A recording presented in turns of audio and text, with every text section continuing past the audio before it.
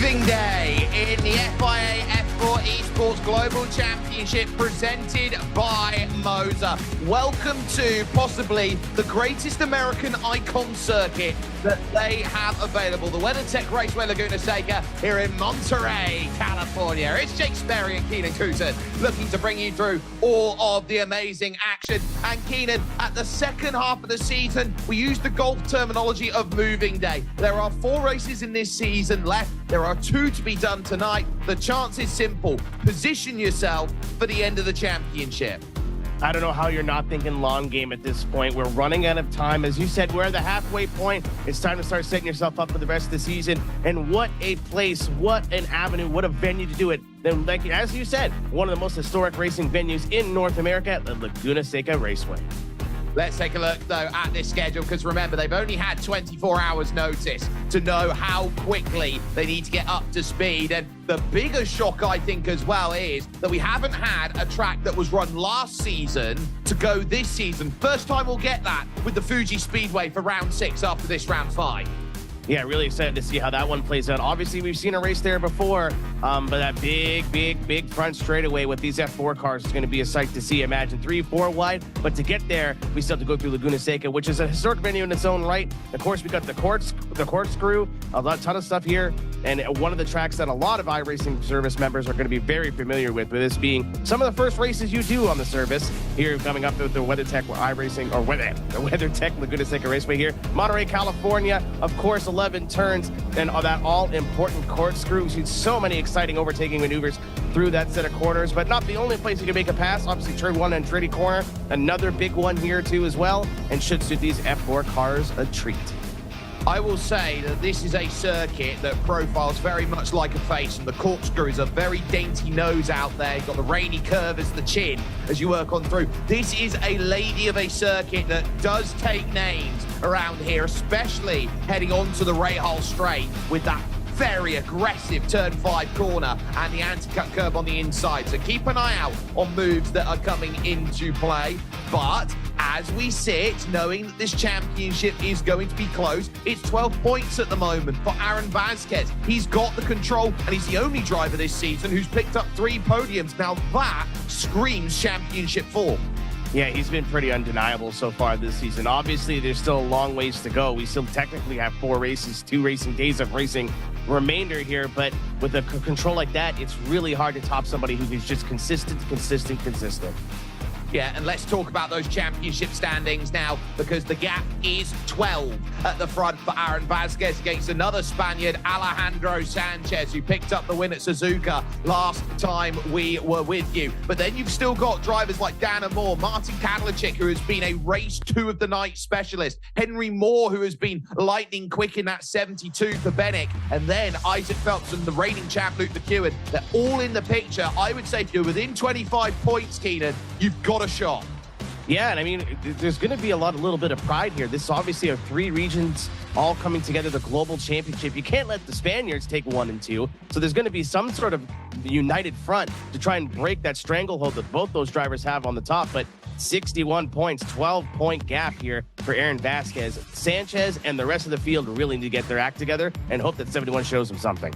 Well, we'll have to talk about that in a moment, because they know what they're racing for, which is $15,000 for that top prize overall of winning this championship, and it goes all the way down to $10,000 and $450. It is a $35,000 pool, and you can see as well at the bottom, the remaining $5,000 of the purse is split evenly amongst all qualifying drivers. Keenan, this is a pool that they look at and go, wow, it's incredible.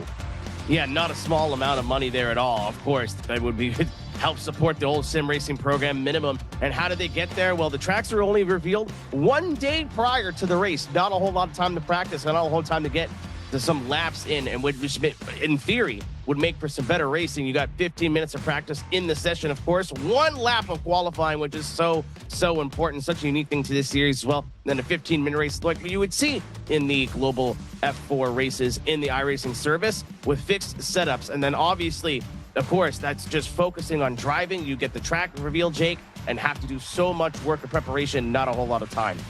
No, you have to pretty much just cram for 24 hours before the race. And so they know that the most important thing has been hot shot qualifying. They only get one lap in their qualifying efforts before they put themselves in a position where they know that they need to be at the very highest level. I have not seen as close of a qualifying. I can note that there are currently the top 9 within 1/10 of a second out there. That's how close the qualifying times were. But if you talk about a driver who's known what it's taken to qualify it on pole position, you have to look at car 72, who is on that pole. That is Henry Moore for the second time this season on pole position. But Mehdi Kusha representing the United Arab Emirates there in second place. He races out of Dubai there in second, with Pablo Eshpes, a career best for him, in third, and Dana Moore, who's in the championship hunt, in fourth. Aaron Vasquez, your championship leader, is fifth, with Shoma Shintani making up 6. As we take a look at the rest of the grid, Felipe Cabrera and Miguel Costa will round out row number 4, as Alex O'Grady and Felipe Dantas will be the last drivers in the top 10. First American, Jaden Munoz and Martin Kavlicek. Obviously, you need to see him improve a little bit if he wants to make a run of the points. He'll be starting outside row number 6. Pablo Mercerat, then, the Argentine, in 13th, with Gael Valero alongside, who's only got 1 point in the championship. Flavio Dantas then will be in 15th with Nicolas Rubilar, and make it 3 from the South American region in a row, because Victor Miranda will be going 17th with Xander Reed in 18th. And towards the back of the field now, big surprise seeing Luke McEwen so far back with Isaac Phelps to his outside. Benny Roberts and Damon round out row 11, and then Ralph Benitez and Curtis Webb will be in the outside of row number 12. 25th for Zach Rattray White. He's been hot and cold all season, with Declan Webb 26th, Augustine Bernier and Yuta Saito, the former pro, back in the iRacing World Championship Grand Prix Series, 28th, only 31 times set, 29th and 30th, Andre Castro and Kazuki Fujita. Here we have some big news here towards the back of the field. Obviously, Yuki Okonogi going to be to the inside of row 16, but Alejandro Sanchez towards the back of the field and got Elvis Rankin right behind him. Keep an eye on the 47 and the 91 making moves through this field, because they're going to have to, as Dina Felipa and Jackson Resende will round out your field in race number 1 here in Laguna Seca.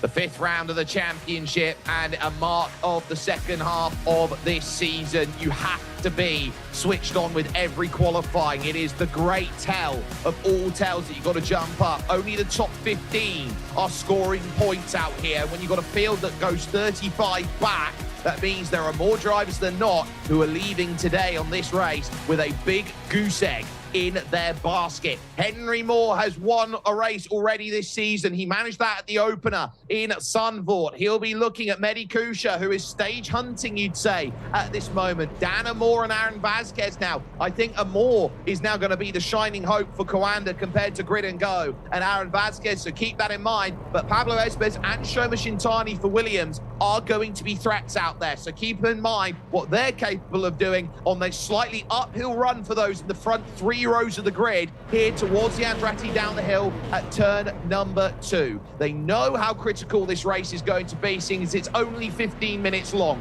They know that they have to make moves, they have to make moves immediately, and they don't have to stop and think as the green flag drops and we are underway here at the WeatherTech Raceway Laguna Seca. They all fall into single file, all the way back to, I believe, Flavio Dantas is the first who's got 2 wide. Moves around the outside then here on the opening lap. Pole shot is there for Henry Moore. Mehdi Kusha for auto move in second, and then it's Pablo Espes scrapping hard for third. Dana Moore needs progress immediately and gets it.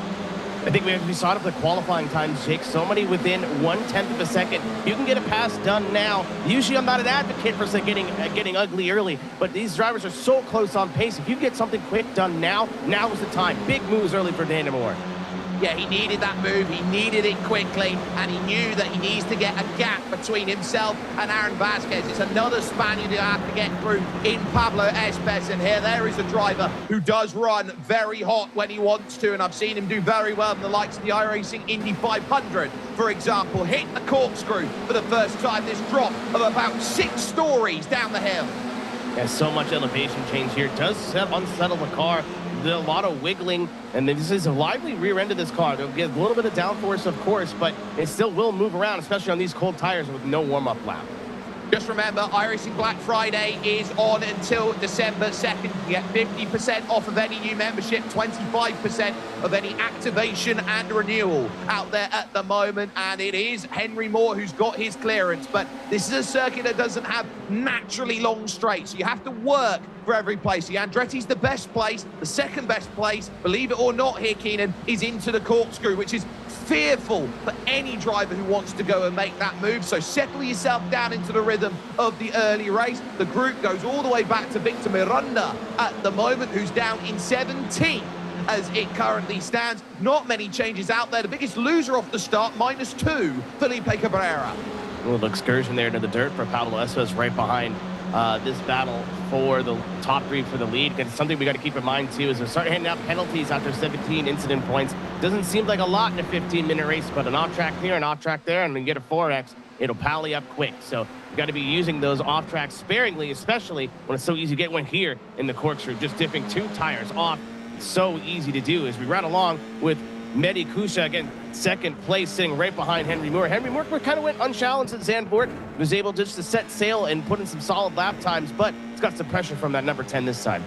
Yeah, and I'm looking down the results this season for Mehdi Kusha. He sits 16th in the championship. He's had 3 finishes outside the top 30, and then racing at the Red Bull Ring, he got a 7th place, so he's really turned a corner then after round 4. That's given him the confidence and qualifies that car right up there at the pointy end. It gets busy in this group behind as they all try and find space, with Vasquez 5th, Shintani 6th, Costa and O'Grady 7th and 8th. And then Jaden Munoz is the one who's fallen off the back. Look at that gap, 9/10 of a second. Rubber band snaps at a second. Yeah, he seems like he's going to start having the second gap forming. Smart from those top 8 right now. Why do we want to fight? Why do we want to make this more of a horse race than it needs to be? Obviously, I don't think they could fight if they wanted to. The speed from Henry Moore right now is kind of insane. Pulling away from the rest of this group, he's opening up a gap, which is so hard to do in the F4 car. It's just such a momentum-based car. But I think, like you said, Jake, to this point, there's not really a lot of big straightaways here, not a lot of big draft moments or slipstream moments. So if you're able to put some solid laps down, and you're able to put down string together some really good laps, you will be able to break that toe if you can. To Henry Moore, seeing Mehdi Kusha and Dana Moore is on the top of your screen. On the bottom is the desperate chase of Jaden Munoz. He's got Martin Kadlacik for WSR Esports behind the Czechian driver. There's a change then just in the back of the group. You see that side by side. Shintani losing out to Miguel Costa, the deputy of one Mr. Aaron Vasquez. So that's important for the move, because now that gives Aaron basically the free kick to go right, attack. Yeah, and then opens up a little bit of gap now as you see Alex O'Grady look to the inside of Shoma Shitani. Can he get that move done? He hangs tough on the outside. Shoma's going to have the inside of the next 2 corners, but O'Grady's going to have the momentum on the outside now. A little bit of banking in those corners there in Laguna Seca is not enough for Shitani to be able to hold it onto the inside. Grady gets the position, but now look at the gap that's formed. Is how much do you want to fight? You only have 15 minutes. It's going to limit the amount of positions you're going to be able to get, but move done for Alex O'Grady. He moves up to 7th position. Yeah, he'll have that. He'll be very pleased that he's jumped up that, and now he'll be looking for another move out there, and another, and another. It has allowed the top 5 clear. Then at this moment, they crest the Rahal straight, and then you've got this plateau braking zone here, Keenan, into the corkscrew. And that's what makes it tough. It's so easy to overcook it. Kusha, they're almost overcooking, and Dana Moore wants another place. He wants to jump up to 2nd. Remember that gap in the championship was 11 points out there. It will be a lot less if he gets to 2nd compared to 3rd. Yeah, and we still have Sanchez back there in 24th position, so Dana Moore is smelling blood in the water right now. Obviously, Vasquez still back 2 positions behind in 5th, but this could close the gap more for the number 41 Coanda driver as he takes a look to the outside, to the inside of Mehdi Kusha. He's going to get the move done. Kusha's going to try to go for the switchback. Not possible. Door open for Pablo Estes now as Dana Moore power move into the Andretti hairpin. He goes into 2nd place. He was waiting for the commitment of Mehdi Kusha, and the move's there. Now Pablo Estes is going to be all over the back of the Automoves driver there in 3rd, and Dana Moore can set his sights on another Brit in front of him, of Henry Moore, who I get good notice in terms of it. They're very close in terms of their iconography, because Henry Moore went to university at Bath, which is not a million miles away from Trowbridge. It's only about a 30-minute drive away, so they are very close. You can almost call them neighbours. I was going to say we're going to have the neighbors have a little bit of a scrap here with about half the race remaining, but we'll have to see if we can close that gap. Moore's been putting down some solid lap times, but he's going to need a little bit more than that. If he can pull away from Amore, who's now in clean air, he's going to be able to have a little bit more pace in that machine. As, again, look, this is the view of the gearbox of Henry Moore. The gap back to Dan Amore is only about half of a second, so still very much in the tow, but he's got to be able to close just a little bit more and be able to make a move. I think he's just too far back. And the lap time, Jake, again, we saw it qualifying. We're seeing it right now. The lap times are very, very close. So we'll have to see what Dan Amore can do now that he's in a little bit of a clean air. From Bradford on Avon, the River Avon, that is, as he now works himself on the front of this field, almost half distance in this race, and he realizes it's a very strong challenger behind, and you can still say that Henry Moore is in that championship scrap. As you can see, your biggest movers and gainers on the left and right of your screen. 6 gain for the likes of Elvis Rankin, for example, way down the order. Alejandro Sanchez is up 9. He's the biggest mover in the field, but he's nowhere near that top 15 as it stands. 2 up for Costa and O'Grady, 2 up for Dan Moore, 2 up for Munoz, 2 up for Kadlacek. Yeah, I think the people who need to have good races are currently having them. I mean, Vasquez is doing what he needs to do. He's just being solid 5th place, but Sanchez obviously not getting that lap time in, starting right from the back. Still a great race for him so far in 23rd. That's a ton of positions gained. But as you said, and as we talked about at the top of the show, we're thinking long game here. We're thinking championship. We're thinking championship points. And 23rd is just not going to cut it for Sanchez. But it is this sort of season, because they are so aggressive, because they are so close on that pace, Keenan, one wrong move, one mistake out there on your qualifying lap can put you back 15 places. Yeah, and that's a huge difference in championship as well.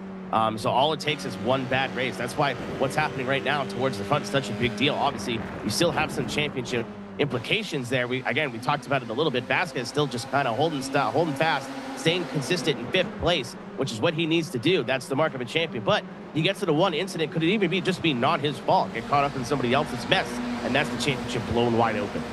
An inside front lockup from Pablo Espez, ruining his chances of a move into turn 2, but that's the level they're having to go. They're trying to work with a little bit of the trail brake going into turn 2, giving each other enough rotation through the corner to stamp on the power as early as possible. Not seeing much then in terms of that, but for the moment, Williams versus Grid and Go, it is, and Vasquez, for the first time, pivots to the inside. Very tough to get it done up at turn 6, but along the Rahal straight, you're needing momentum up the hill. This is a very hilly circuit, so you're looking at, can you use that slipstream to your advantage? No is the answer, because you get slipstream from the car in front, the car in front, the car in front. That is called being stuck.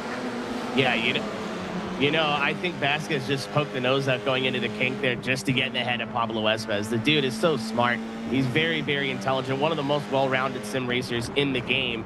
Kind of hard to get a pass done in the kink if you already don't have a run. I think he's just filling the mirror of Espez right now, trying to rattle the cage a little bit. He is. The gap is 6 now in the championship live as it starts. He's from Castro Urdiales. Is Aaron Vasquez. That's the Basque region. He's only about half an hour, 40 minutes from the Basque capital of Bilbao. And so for Aaron, he knows how critical this is going to be in terms of making that progress, waiting, having that identity of saying, look, this is going to come back to us. This is our way of racing right now. And he wants through on Pablo Espez in the number 5, but he knows that time is just whittling away, and you never truly get a 100% chance move at Laguna Seca. You're looking at the 50%, the 40%, the 30% to get it done. Nothing makes me happier than a Jake Sperry geography lesson, as Pablo Espez is going a little bit too wide there in the dirt. He's going to leave the dirt race to Vasquez, as Vasquez is going to take a look to the inside, not quite into the chicane and the corkscrew rather. Again, talked about it last lap, just poking the nose in, trying to get in Pablo's head, and it might be working, as that was a big excursion for the Williams Esports driver. Yeah, so you've got them really trying to throw what they can, and the slide is there. There's the crossover. Straight back for the inside at the final corner. Espez opens the steering, gives just enough room, maybe the tiniest tap on the left rear tyre of Pablo Espez, and Vasquez, who sat back, he almost looks disinterested at the moment with the way he's going out there and racing. Heavy defense to the inside. Miguel Costa, the Monegasque driver, will try and go around the outside, but he knows better than to do that. There's business picking up with 4 minutes to go. I was going to say, what Espes doesn't have, Vasquez has. He's got his teammate rear gunning for him right now. Obviously, if there's a position to be taken, he'll take it, but you're not going to expect anything silly coming from his teammate behind. But Grady's right there knocking on the gearbox of Costa. So he can't sit around and wait for Vasquez to make a move. He's got to defend his position, and if that means going forward, then so be it. So Vasquez, if he's going to get this done, he's running out of time. Yeah, so if they're trying to get the time to work for this, they know that they need to start making moves now, and you've got to try and build that run. They've given 3/4 tenths of a second away. You've got to spend time getting that back because they know that there is no team's championship. It's all about the individuals, but if the best possible shot for the championship is there, you go with it, and you absolutely run for the hills with it at the moment. We have seen drivers out there in this race, Keenan, who are stage hunting and have done a brilliant job. We've seen others going out there making this championship their own. This is about standing up and saying, this is what I'm all about this series, and those points will matter at the end of this season. A look then at Miguel Costa, then from his seated position as he worked to try and say, right, as deputy, are you doing a good enough job out there? Miguel Costa's the sort of driver who's been caught in a couple incidents this season. He has lost 10 penalty points over the course of this from 37 to 27.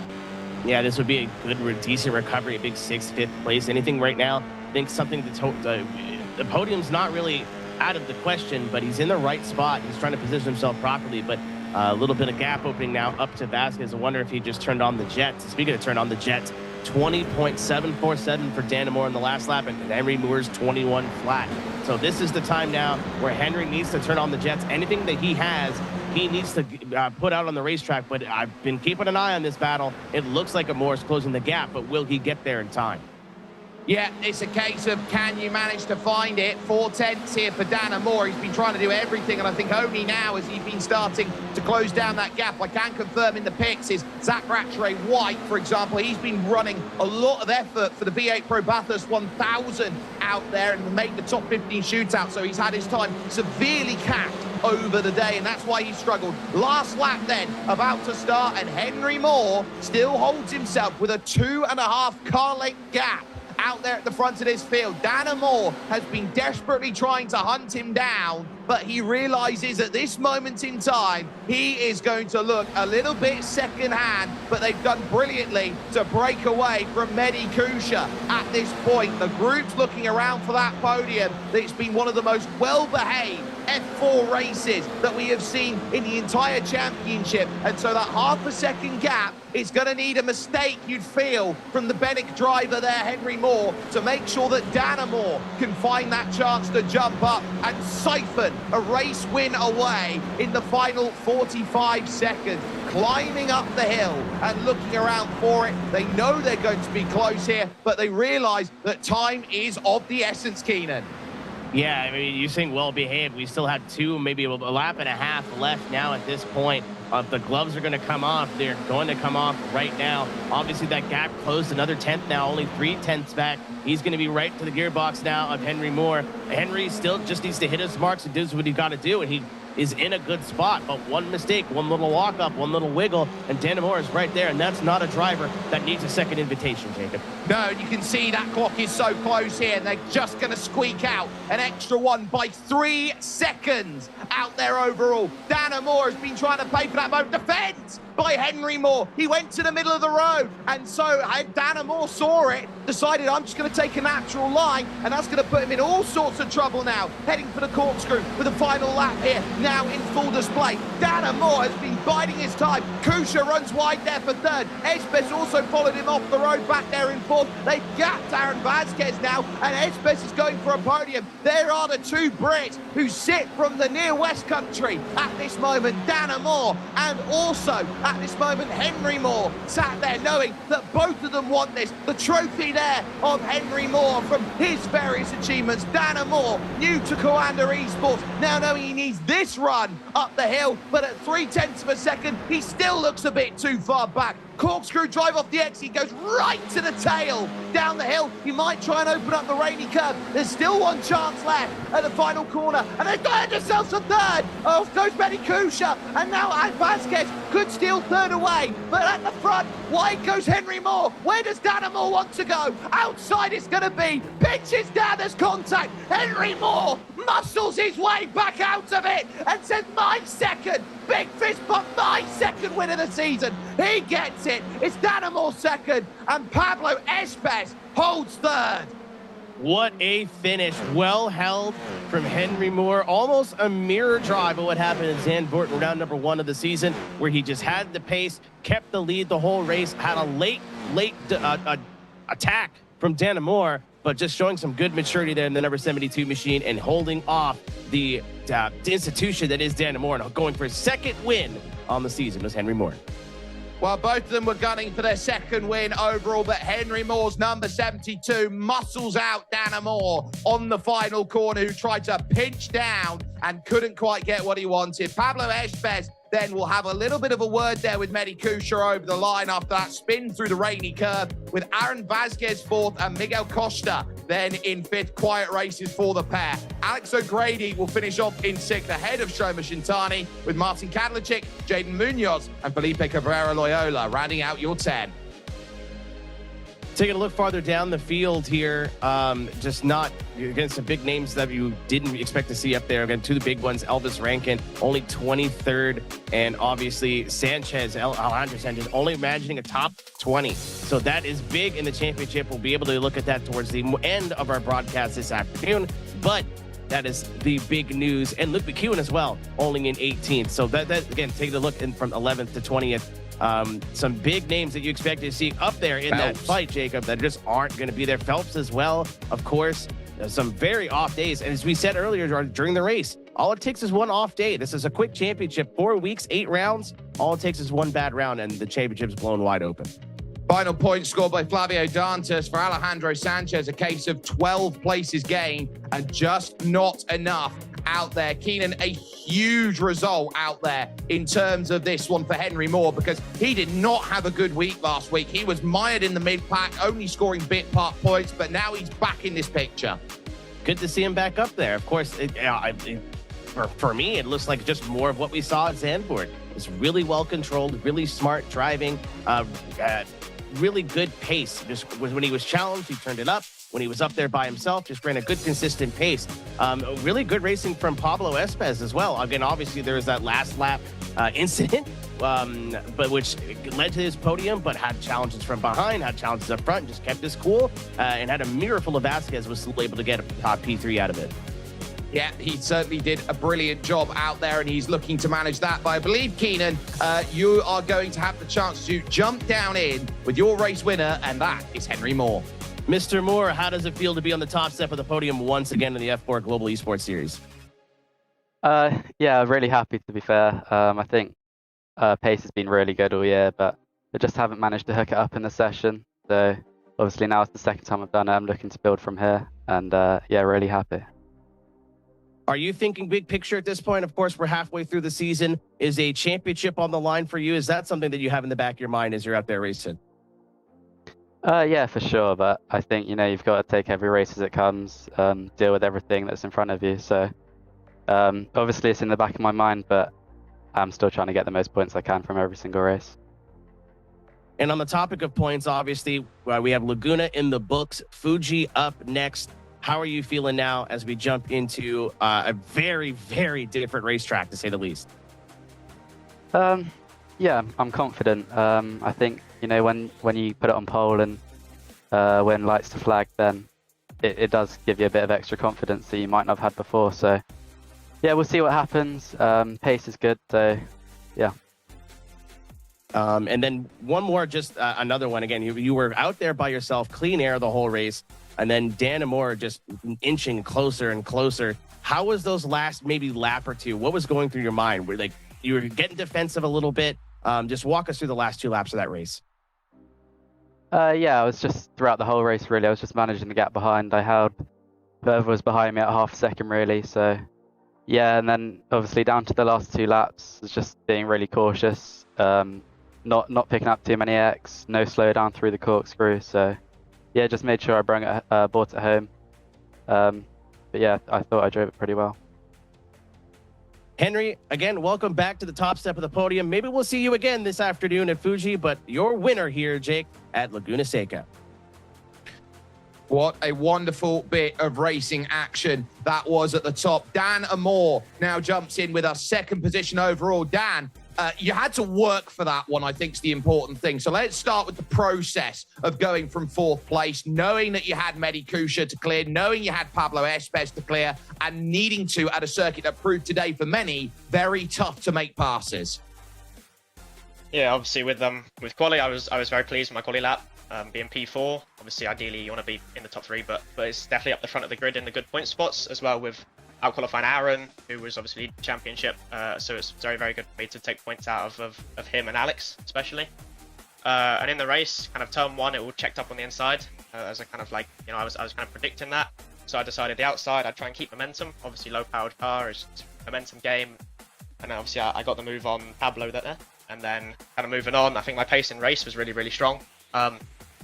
Which was a good thing. Got me right into the back of Mehdi. He kind of half bended, and I was just sold him a little bit of a dummy. Got through there nice and cleanly, and then just worked my way forwards to Henry. Last lap was it was very close in the last corner. That the contact was just a bit unfortunate from my side, and I didn't quite get the run. So really happy to take second. Well, let's talk about how close that was at the end, because it was looking like that it was going to be between laps at the end of that race. I think you only cleared the checkered flag by 3 seconds in the end, so you had that chance to go for it, but it just looked like at that final corner, you were looking to try and pinch down, give him racing room there on the outside, and then he just got the elbows out and muscled you out of the way. Yeah, I don't think there's anything kind of wrong at all with what he did. Like, I'm not like upset with it at all. Obviously it's hard racing as it is. We're up the front of the series. And obviously I was trying to, you know, pinch him down on the apex, get the nice run for me. We just kind of rubbed my front wheel on his side pod, and then that kind of spat me out a little bit, rather than, you know, maybe letting me hook round and get a good exit, which was obviously a shame for me, but we're really nice for Henry. Obviously we're both very local to each other, only live maybe 5 minutes down the road, so nice to get a Wiltshire 1-2 for the guys.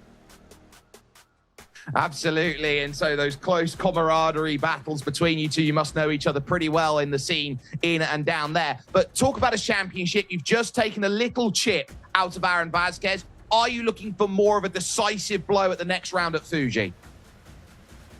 I think Fuji is going to be the least predictable race of the season. I think this is going to be definitely entertaining, to say the least. My only task here is just to qualify well and do what I did at Laguna. Obviously, it's not going to be quite as simple. Just qualify well, get a solid result, and just keep the points sticking over on the board, because you just can't afford a DNF in this kind of series. And you're certainly doing a brilliant job then. And Dan, very quickly, just one final question. How important has it been switching teams, moving to Coanda? What's been the difference for you in your sim racing career that Coanda has given you now for the tools of the trade to say, I can fight for this championship? Yeah, I'm really, really grateful to kind of everyone on the team at Coanda for giving me the opportunity to be part of the team. I think obviously preparation with myself, Alex, Elvis, and Xander is an outrageously strong lineup, and it's not something I saw myself as part of for a long while. And then recently, you know, thanks to them giving me this opportunity, I've been able to work with them, make this progress, and find myself up towards the front of this championship like I am. So really big thank you to them. Well, not a problem at all. Dan Amore joining us, second position overall. He's got the gloves out ready for the next race coming up. Pablo Espes is third place. He stood by with Keenan Kusin.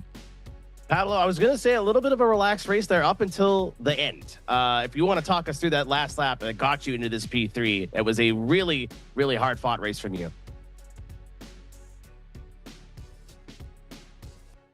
I think there that we're having a few problems there out there at the moment, so hopefully we'll get a chance then to make sure that we can chat to Pablo Keenan. But I would say what a wonderful day's worth of action that we have had then, and the best bit is we've got 15 minutes more worth of racing when Fuji jumps up onto the horizon, so we'll see how that goes. But this championship, you know, we call it moving day, but it's more who's moving back rather than who's moving forward. And I think Dan put it best. You're going to go into one of the most unpredictable races of the year. Huge front straightaway here. And these cars have tons of tow, as we've seen in other F4 races, as me and you have both experienced, both as a driver, as a commentator. tons of slipstream in these. It's going to be anybody's game, as here is the point situation as it stands. Look at the close that Dan Moore and Henry Moore have done, and look who has tumbled down the border as Alejandro Sanchez down to P5.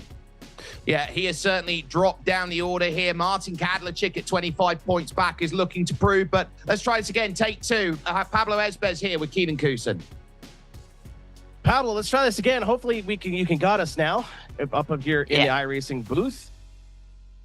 Yeah, I hear it was you.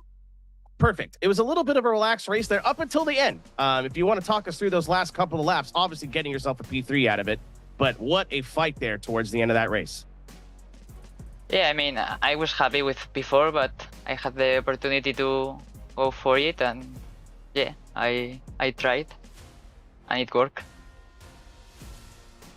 Going from now Laguna Seca, which is a track that looked like it was really difficult to pass on, to Fuji, which is going to be a totally different story. What's the mindset change now going from the first venue for the evening to the second? I mean, it's a completely new race now, so nothing that happened before counts. So just to do it again. And of course, now we're thinking long game now as we enter the second half of our championship. It's only 24 hours to prepare for these races. Very unique format. How difficult is that for you as a driver? Yeah, I mean, it's always difficult to have less time, but it's the same for everyone.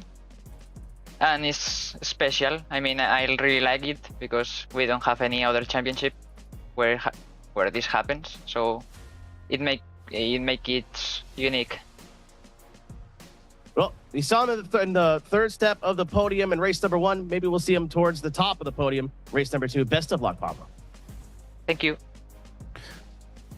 Some great racing then we have seen, and we are right on the level with it. But let's turn our mind to Fuji for a moment. We'll talk points, though, here, because I think it's really critical to talk first, though, about what this means. It's not a case of, okay, the championship gap has closed, but it's not closed because, okay, 5 drivers have jumped up past Aaron Vasquez. Only 1 or 2 managed it. Aaron Vasquez, Dana Moore and Henry Moore. They're now in that picture. Kadlachik at 25, Sanchez at 26, and everyone else, including Luke McEwen, are looking around at this going, wait, hang on a minute, we're how much back?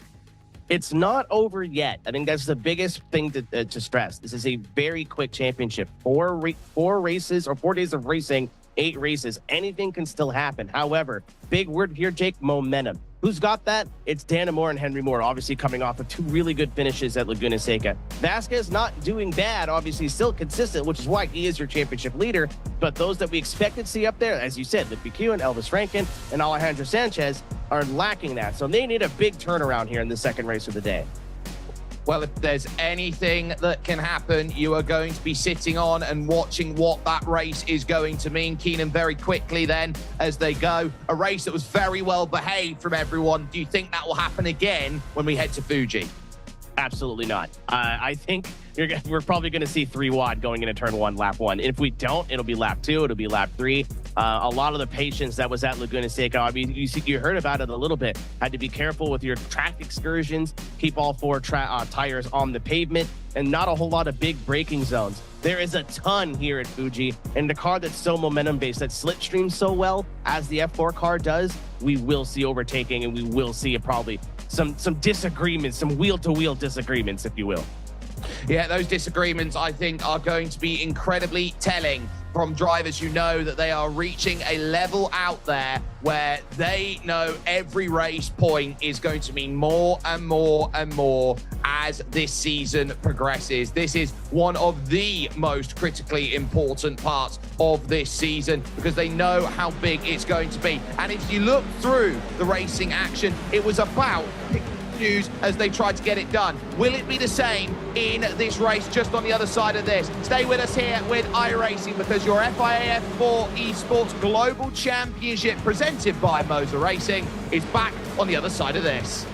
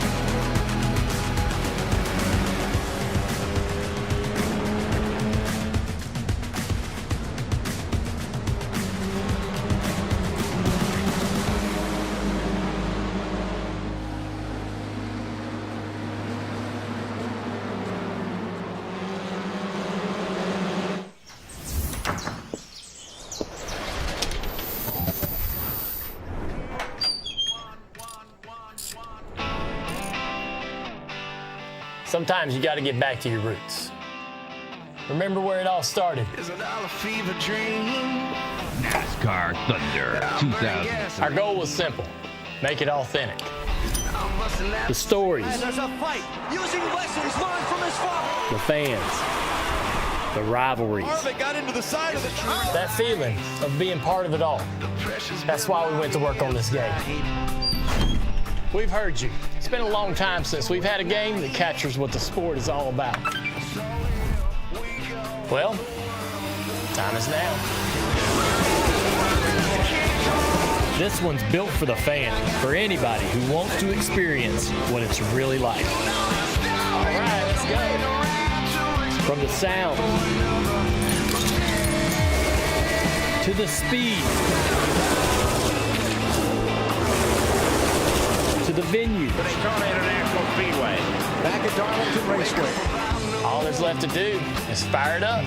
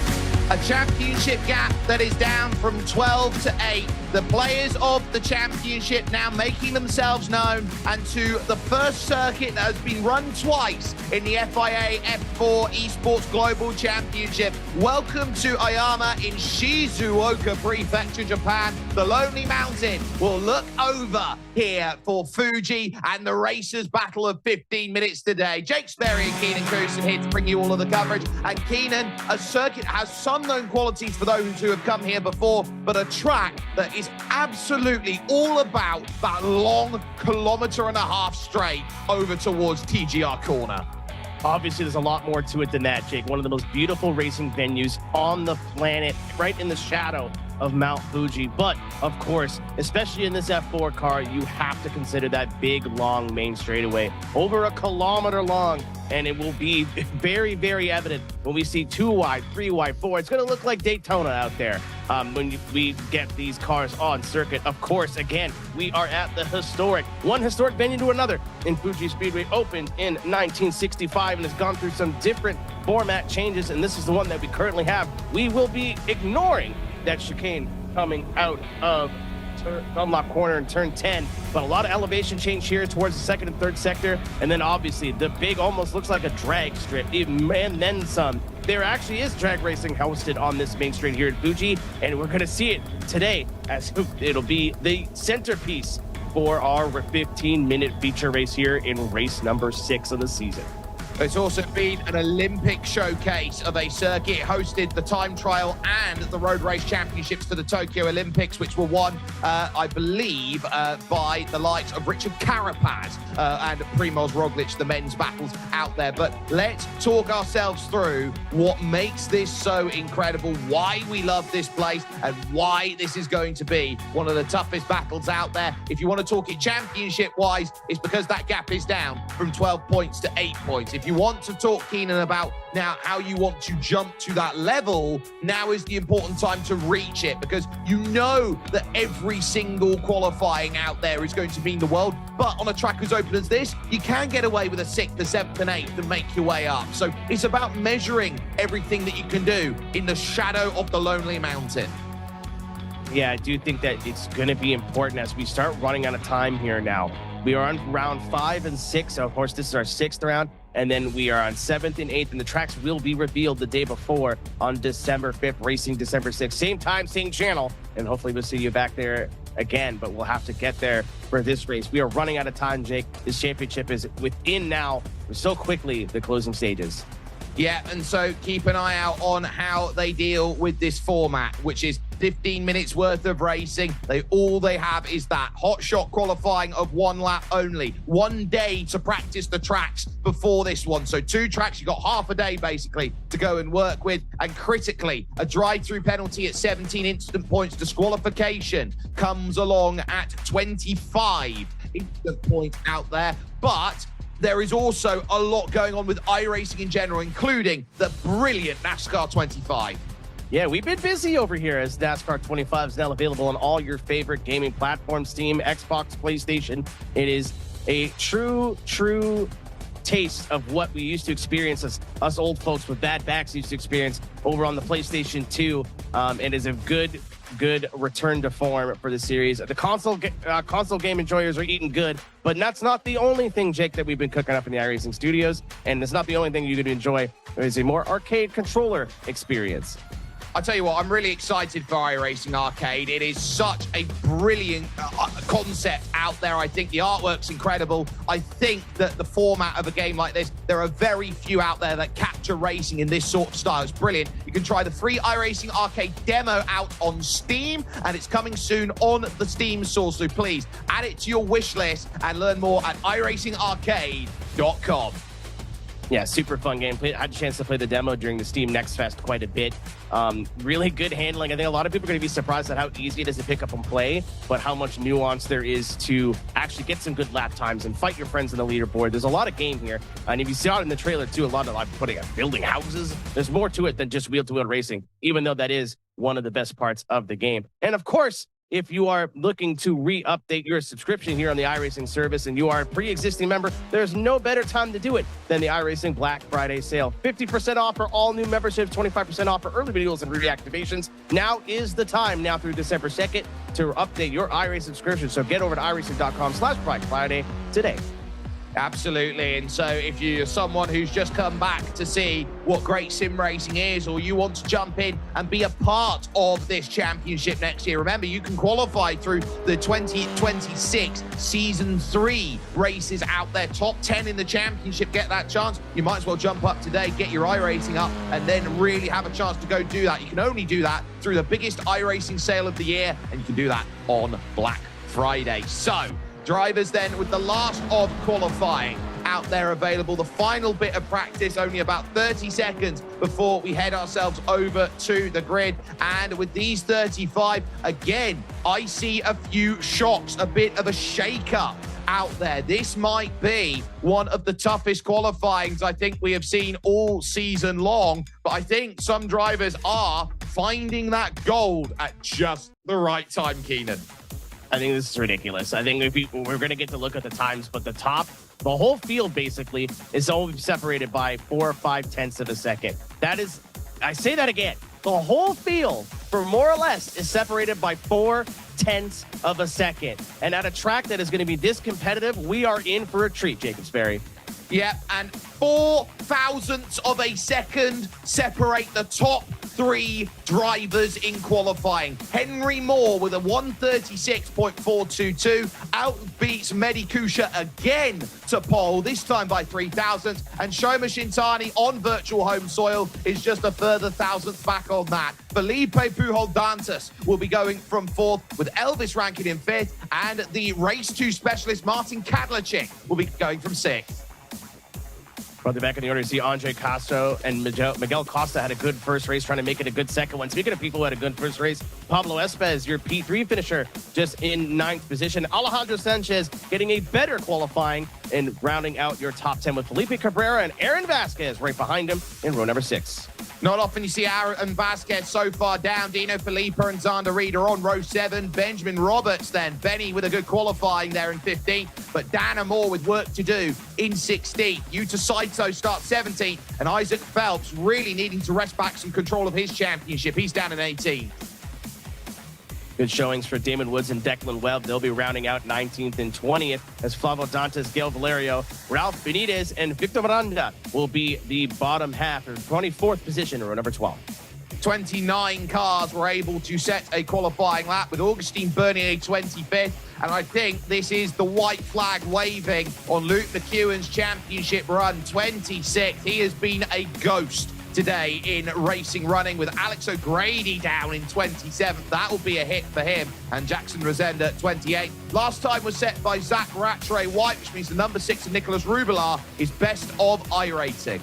These are drivers that had an incident that weren't able to get a lap in. Jaden Munoz, Curtis Webb, Kazuki Fujita and Yuki Okanogi on home soil. Unfortunate for them towards the back of the order. And Pablo Mercerat. But at Jacob, we talked about it again. Look how close this field is, how close the top 3 are, how close the spread is on those who put times in. This is one of the only tracks I think you can qualify towards the back and move forward. And what we didn't see at Laguna Seca, we might see here is incidents. There's no telling we can't get a 3, 4, 5 car pileup. You go from 10th to 5th in the blink of an eye.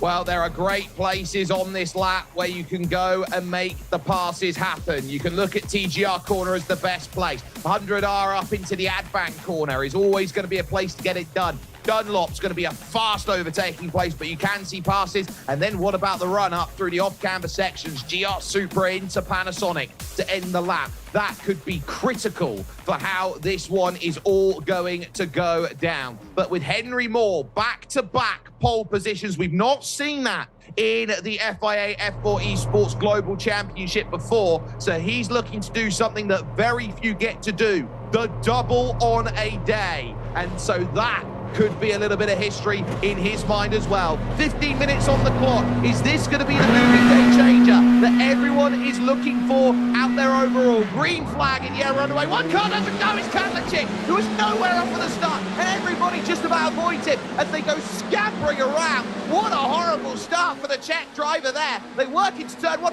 Kusha down the inside, looking to steal it away from Henry Moore. He'll run out of road. He'll fight to Coca-Cola at turn number 3. But Moore with the inside line. Mehdi was not going to sit down. He was going to come out fighting here today. But Henry Moore steals it back. Obviously, Kusha had that issue on the last lap, got a podium taken, I'm sure in his eyes, stolen away from him. He's going to try to put it in his own hands now, moving up to second, but look who's on his gearbox right now. Shoma Shintani. This is a global series, as big move from behind is Elvis Rankin, who's up to 4th, and this is going to matter for all the Japanese drivers. They're going to want to do well in one of their only home rounds of the season, and one of the most historic venues to get it done at, but Elvis Rankin also moving up to 4th position. Jake, what a recovery from race number 1 of the day. Yeah, he needs to get back on form. He sits there in that 35 points back in the championship bracket. One car runs wide there through turn 10. I think that was Aaron Vasquez who picked up a little bit out there, and everybody's trying to find some room in that mid-pack. Some look searching as there goes Miguel Costa trying to attack Andre Castro, who's having a very good race here at the moment. And again, you're seeing all the differences up through Panasonic side by side then, as Dana Moore now will see behind that Zander Reed, who gives a little bit of a check then to Isaac Felt, who is shuffled back down the line. Declan Webb wants through one car in the gravel at the back. We are 3 wide for 6th place as we move back a little bit further too. There's battles all over the racetrack, bumper to bumper, and we are pushing all over the racetrack, feeding down into big turn number 1. That's our first time doing this corner at speed.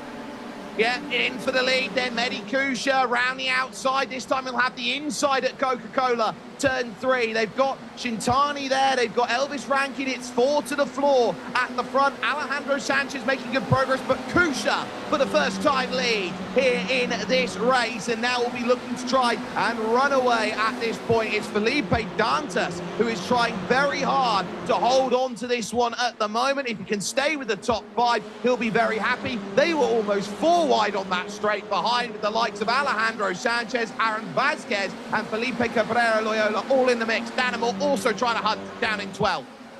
Very, very saucy towards the midfield, and we're going to have to keep our second eye on these battles, because this is where usually it gets a little bit over aggressive. They're trying to fight to get up towards the front. When you're there, you can kind of calculate your moves, take a breath and go, I'm here, I could just be smart, I could be intelligent. This isn't a long race, Jake, especially to track this long with this long of a laps. We're not going to have a whole lot of time to get these moves done. So if you're trying to move up from 10th, 12th, 15th, you're only going to have so much time to get there. Yeah, you only have a limited amount of time, so you're going to have to be aggressive, and it really does force these drivers to do anything and everything they can to go and make it happen. All the way to the right then, so we'll take a look live and replay. Then, ladies and gentlemen, this is what we're talking about then on this main straight running through, as Henry Moore will now look to try and take back on the top of your screen. This is a big turnaround. That's the Eclipse SimSport car, I think, of Zach Rattray White in the number 44. Then dropping down the order. Now, I'll correct myself, that's Dino Felipa there who has gone around, and that's how easy attack can happen at TGR, because the tyres go cold, and so do the brakes when you go into that section. Side by side for second, Elvis Rankin. Elvis isn't dead. I heard him on the radio. He's going to make that move, and he's up to second, and Shintani steals one as well. And look at that down the order. He's going to have to be careful going that much excursions far off the racetrack. Could get a slowdown, could get the drive-throughs are something they were talking about a little bit more at Laguna Seca, but not something that could be impossible here. Obviously, we saw a bunch of drivers not get laps in, be having a little excursion off track. So Elvis is going to have to be a little bit careful, but opting to try and move forward early, back up to second place. He's trying to find what he can. He knows how critical it is to find placement and position in this moment of the race. Henry Moore is making a title statement here today. He is going for that championship, and he is trying to do what he can. So there's the tag, and it was, it's going to be so much on the exit. Round goes the 35 out there, which is Isaac Felt from 13, and that would have been a scramble with Zander Reed, the American. Yeah, I think Xander just kind of holding his line. Obviously, you go off track, you got to merge back on, and he was hoping that he would be let back on track, and I don't think Reed had the same idea. So, unfortunately for him, he will be towards the back of the field, and I'm sure will not be the end. As look at the fan out towards the rear of the field. You mentioned it, Jake. It looks like a bunch of bicycles out here in the Olympics. Look at the Y going into turn 1. As big move for Shintani to the inside, or for Kosha, sorry, to the inside of Shintani for third place, trying to get back to this lead fight, as we have battles all over the racetrack. This is back in 18th with Victor Miranda here and Alex O'Grady, who started all the way back in 27th. Now jumping up, he's only a few places behind points right now, with McEwen, Webb and Damon Woods all there in front trying to siphon on through. So you are seeing that there are points to be played for, even the smaller amounts. Aaron Vasquez down in 10th place at the moment, Dana Moore directly behind him in 11th, and with Henry Moore leading this race. Whoa, big incident in the back. 1, 2, 3 cars get caught up. Yeah, again, we were kind of spoiled in Laguna Seca, where it was a bit more, hey guys, let's just get calm down, Let's have a settled race. And apparently all that got thrown out the window once we got on the plane and headed down to Japan. So a couple cars already in the pits, and I'm sure it's not going to be the last as this battle for the lead has heated up and then some. Again, Henry Moore, your race 1 winner, your race number 4 winner at Laguna Seca, trying to go back-to-back, something I don't think Jacobs Ferry that anybody's done yet this season. It would be huge for the Young Englishmen's championship hopes if we can get that done as we take a look at that incident once again.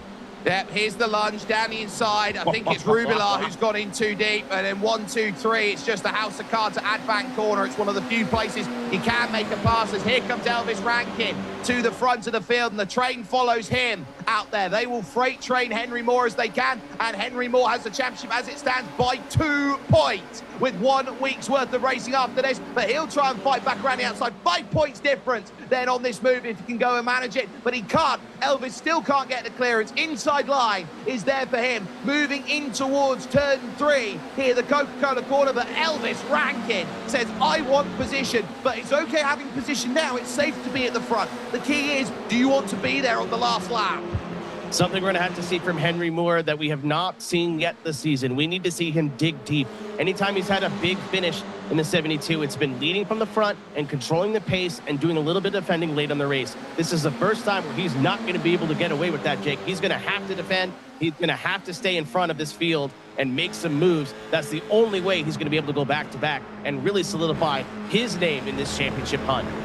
Benny Kusha out there in 4th position. He's sort of seeing that everyone's trying to throw haymakers here, and I'm not sure he knows exactly where to go after his first big salvo. It's like, yeah, I made a great move at turn 1, lap 1. Now what? And he's there in 4th position. He needs a run. He's got Pablo but he's got Pablo Espes behind him, who made contact with him on the last lap of race 1. Can you even fathom that at the moment for what he's trying to deal with? Wide through the Panasonic corner, and here comes Espes. A different verse, same as the first, as Pablo Espes to the inside, as we have Shoma Shatani to the inside of Henry Moore. Your pole sitter may fall back to 3rd place here, as it looks like the localman of Shatani is going to get the move done, but kind of just hitting the air wall. Something you see more in super speedway racing on the oval side of things is Henry Moore dropped in behind Rankin, and even though Shatani had all of that momentum, it just got killed once Moore got in the slipstream. And on top of that, we've had Aaron Vasquez passed by his nearest challenger in the championship, Dan Amore, for position. So that being done at turn 1, get into the group and find that rhythm down to 6.5 minutes. And this is the only circuit that has been run twice. And Keenan, the winner that last time we were here, is the driver in 9th place, Alejandro Sanchez. Something to talk about, too, is we're looking at this battle, seeing it's a 3-car battle, a 4-car battle. Realistically, it's 1st through 13th. There's no more than a 2 or 3 car gap between the top 13 cars, and then Luke McEwen's the keeper of that second half of the group. It's where you start to talk about people towards the back. So if there's anything that happens towards the front, people need to live for an incident, anything like that. Any one of these 13 cars at this point in the race, Jake, realistically has a shot at this.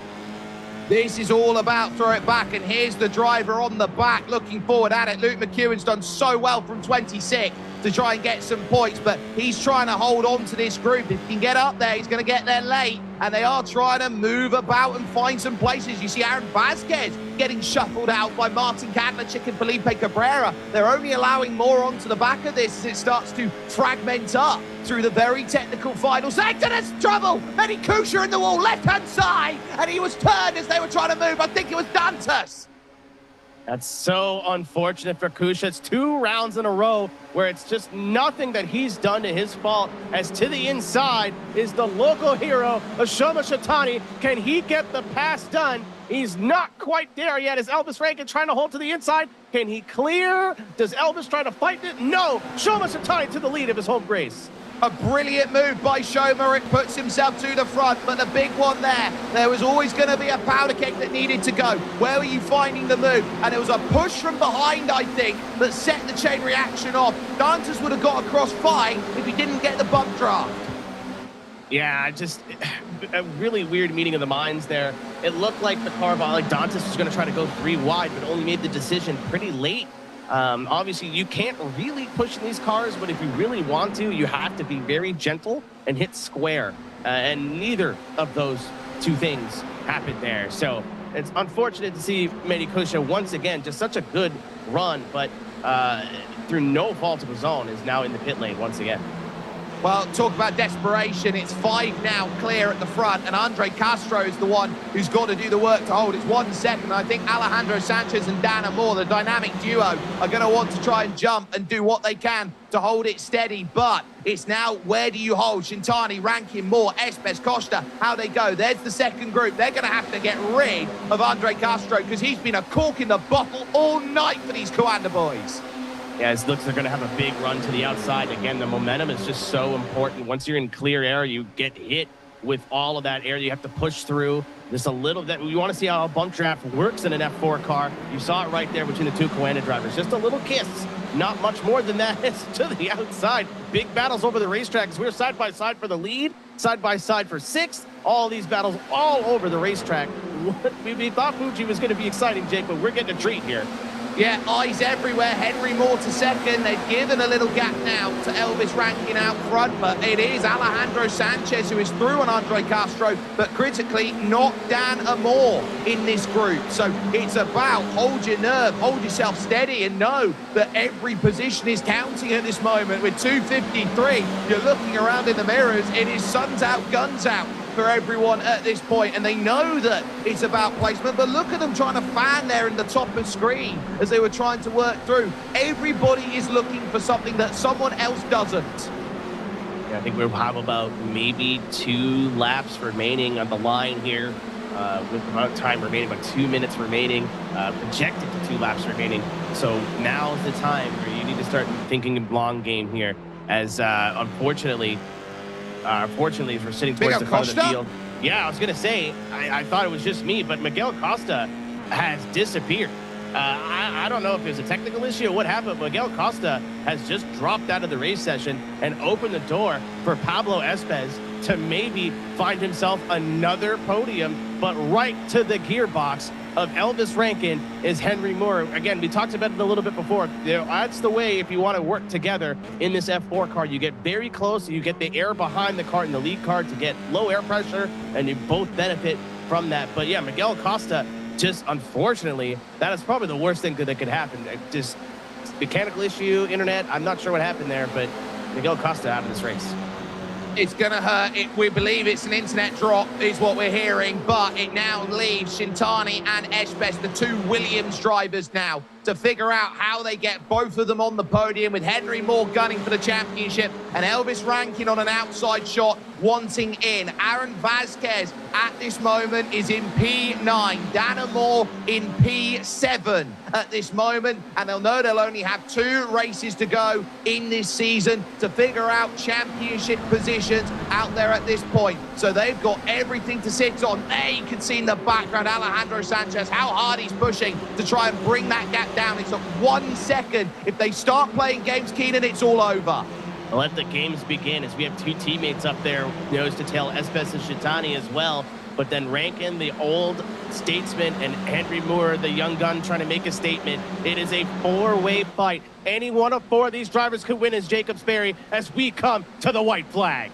Well, Henry Moore needs to try and time this. It's a bit far back for Shoma Shintani on home soil, all the way over the white line. No chance of going to that inside. Elvis is never going to let that one go to the inside. Now he'll try and pinch, and he almost sees the pinch back. Neither of them want to budge. Who's going to move? Shintani's not close enough to get right to the outside to make it happen. Rankin's trying to hold himself rank and file, but they are going to go tire to tire out of the TGR corner. Now over to Coca-Cola at turn number 3. 100 right follows immediately afterwards, and here they go, dueling with everything they've got. Little push out wide, but it's still Rankin holding his nose in straight. Brilliant stuff between them, and Shintani looks for an angle. It's still not there. You look over towards the Advan corner now. It's long left-hander, and Rankin's done the tough job of holding himself steady, but they've then got the off-camber corners towards the end. He's even got time to scratch his nose, bless him, at this moment. He is calm out there. He's been in tough positions like this. They all fan over. Outside line it's going to be here at Dunlop, but has the door been left open by Henry Moore for Shintani to go through? Wide goes Elvis Rankin, trying to extend, using use everything you've got late in this race, and now they'll move up through the final couple of corners. Now they head in to the GR Supra corner here, off camber, as tight as you like on his Tilka design. Second half of the circuit, Sanchez has been able to close that gap back up, but it might be too little too late. Big wide lines being taken up through Panasonic, and now who's got a panoramic view of this? Heading towards the line. It's a drag race, it will be, because here comes Henry Moore, now looking for a run. He'll move to the outside, covered off by Elvis Rankin. Is it too much too late? Arthur Carr alongside, four wheels locking. It's as anything as you like. Heading towards that line, 2000s by Elvis Rankin. Oh, what a sensational finish.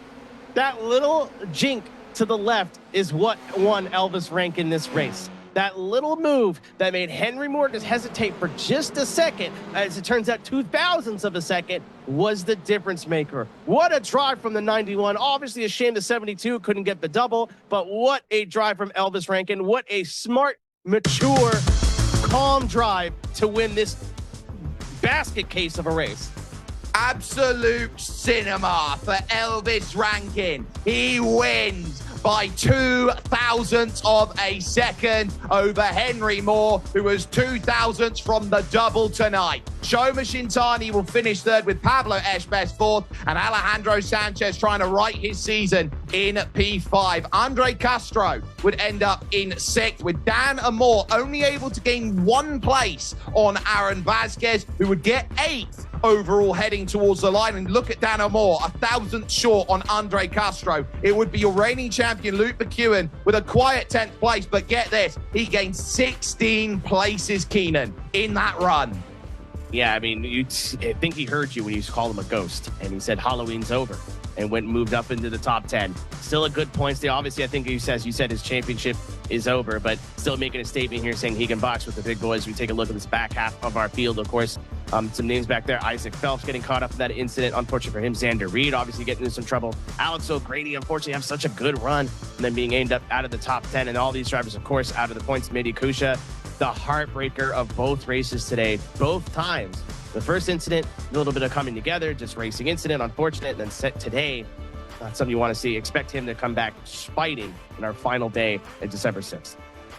You look down there, Zach Rattray White with a day he would rather forget out there. But your winner, what a day it is for Elvis Rankin. He stood by with Keenan Kusin. Elvis, what a drive we needed to have from you to have that 0.002 of a second. Can you talk us through the white flag lap? Yeah, so I started off, I was just defending as hard as I could. I knew that he needed the inside for turn one. Kind of once I got through there, I thought as long as I could keep it around the outside of Henry in turn two, then I thought could be able to get clear. But I knew it was going to be like a dogfight for the rest of the lap. Fuji's a track where it's really easy to give up a lot of time, but cut a lot of distance. And I was in a good spot. I almost completely messed up in the last corner. I parked it a little bit too much, but yeah, other than that, it was really close, really close race. It was a good race with Henry, and yeah, I'm just happy to get the win. Obviously, the first race of the day today not going quite as well as the second. What is it like as a driver to kind of mentally reset to be able to have the focus to take a win here for the second race? Yeah, it's kind of the same thing last round at Red Bull Ring. It's the same kind of thing. I had a bit of a weird quali. I had it off track, which is a bit annoying, but just reset. I just knew, okay, there's still 3 races left. Still a lot to play for. I know that I could get a big result, so just reset, hit a nice quali lap, and Fuji's a place where, if you're in that top 4 or 5, you're going to have a chance at the end. So I was able to move forward nicely and, pick it up, which is really, really good. Obviously, we have 2 races left, 1 day of racing remaining. What is going on in the number 91 camp? Are we thinking championship? Where is your head at right now?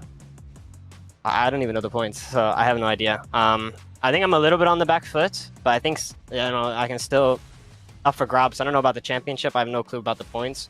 Henry had an amazing round today, so it's going to be, I think he's going to be leading. It's going to be tough to catch him. From where I'm at, made a couple too many mistakes of where I basically have 1 good race and then I have 1 really bad race. So just to get as much as I can, really, help out the Quen, the Esports teammates where I can, and just pick up the pieces as much as I can for myself. Well, Elvis Rankin, your winner here, race number 2 on the day, race number 6 in the season. We'll have 2 more to go. Hopefully we'll see that number 91 again as Jacob Sperry has caught up with your new points leader in Henry Moore.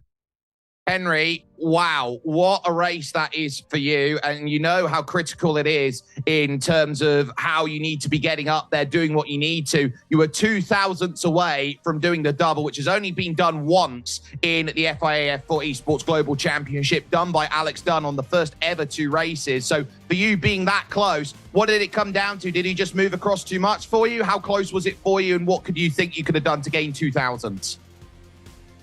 Yeah, there was just a bit of contact down the straight, so it kind of ruined my run. I thought coming off the corner, I'd had the win, but fair play to Elvis. He drove it well. But yeah, just a bit annoyed across the line. We are getting word here in terms of the championship. You are tied on points at the top with Aaron Vasquez with 2 races left to go. So everything hangs in the balance on another week's worth of run. But after what happened 2 weeks ago, it looked like that you were, that was the moment you could say, right, we discard that. We basically made the cut. Now we go. On moving day, you're the one moving into the hot seat. How does it feel to have the momentum? Yeah, it's obviously nice, but this championship can change, in the click of your fingers. As you said, it didn't look too great after round 2 for me. But yeah, I'm back at the front now, so yeah, just got to keep my head down and focus up for the last round now in a couple of weeks. So let's put perspective into mind then with this race, because it looked like each and every time you were trying to go for a move, someone would also find a move that would make it happen. And I don't think you actually got a chance to rest in that race, especially at turn 1 when Mehdi started chucking it down the inside. Yeah, I think obviously from turn 1 on lap 1, I knew how the race was going to be. Obviously the massive long straight, main straight kind of plays into the fact that it's going to just be who's in the right place at the right time, I managed to just stay in the top 3 the whole race. I was exactly where I wanted to be the whole race, to be fair. I didn't really want to be leading because you're under threat the whole time. But yeah, 2 poles, a win and a P2 is not too bad, so I'll take it. You certainly will. Car 72 making progress here today. Henry Moore will finish 2nd position overall, but it was a case for the driver in 3rd of Chikaikedo Jabunde Wanai. Close but not enough. Shoma Shintani stood by with Keenan Kusin. Shoma, welcome to the podium. P3 for you. Obviously, I'm sure you were fighting for more out there. What do you think you needed to do to have a chance at that win? First of all, I was aiming to survive and hopefully get a podium. So yeah, I'm happy to achieve my goal, but yeah, to win this race, I think I could be more aggressive on these drivers, but yeah, overall, I'm happy with. A home round for you as well, only about an hour away from your hometown of Fuji. What is it important to you to do well and succeed at a track that's so close to you?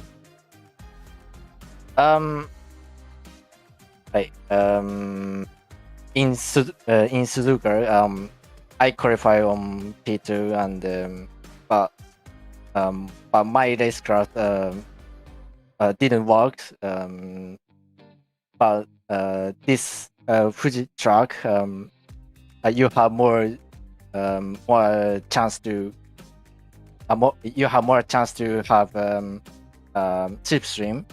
So racecraft is very difficult. But so yeah, I was focusing to of course survive, and if you have a chance, just go for it, but don't crash in your other drivers. So yeah, I mean, just yeah. If you have a chance, go for it, but make sure to survive. Well, thank you very much. Arigato gozaimasu, and we'll see you in December. Congratulations again on your 3rd place finish. Yeah, thank you so much. Arigato. So, a finish of 0.02 of a second. Wow. That's what it looks like over the line. Nothing. Absolutely nothing between them as they cross. That is a quarter of an end plate. The difference over the line. That is nothing. Just like the championship standing gap that you got. Nothing between Aaron Vasquez and Henry Moore. Dana Moore with an outside shot in 7th. And then the players of the game back there, Alejandro Sanchez, Elvis Rankin, and Martin Kadlachik are hoping for a little bit of help to jump themselves in the championship, Keenan. It is an all-for-all showdown in 2 weeks' time. I mean, who do you go with? Do you go with Henry Moore, who's definitely got the momentum? He had a chance at 2 wins today. Or Aaron Vasquez, who's just been Mr. Consistent and been up towards the front. Maybe not on the podium, but P5, P4 in almost every race. It's a meeting of the minds, almost 2 totally different championship fights. And it's all going to come to a head in December 6th as we finish with our round 7 and 8 here in the Global F4 Esports Championship. It is a championship that proves to be a cauldron. And Keenan, I just want your final thoughts on it, because when you've got a championship like this that says you've got a day to prepare, you've got the opportunity to say 2 races, they've all got to go your way, hot shot qualifying. It is asking these drivers, the one who can handle pressure the most will win this championship. And suddenly you now put 2 drivers tied on championship points, one at 7 points back. You say, what is the biggest scare moment for them going through these final 2 rounds from a driver's perspective? I mean, we keep trying to throw them curveballs, Jake, and they keep just dealing with it. We had the whole field qualify within 0.4 of a second. Maybe we should start revealing the tracks as the race goes live. I don't know what else we're going to have to do to try to throw a curveball to these guys. They're just way, way too mature, way too consistent, and way too talented. And it's all going to come down to a championship battle of the ages. We're tied on points with 2 races to go. And as we saw today, anything can happen.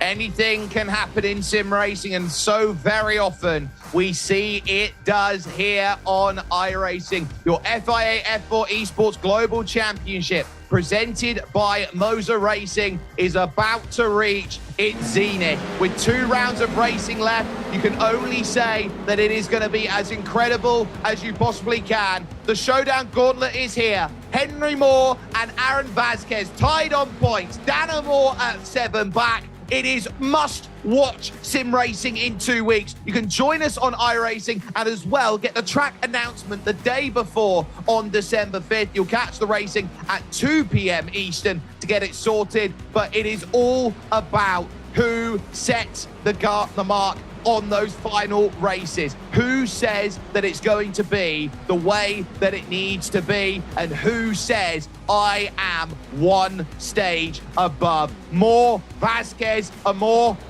It's the glorious showdown of all showdowns. We'll see you in 2.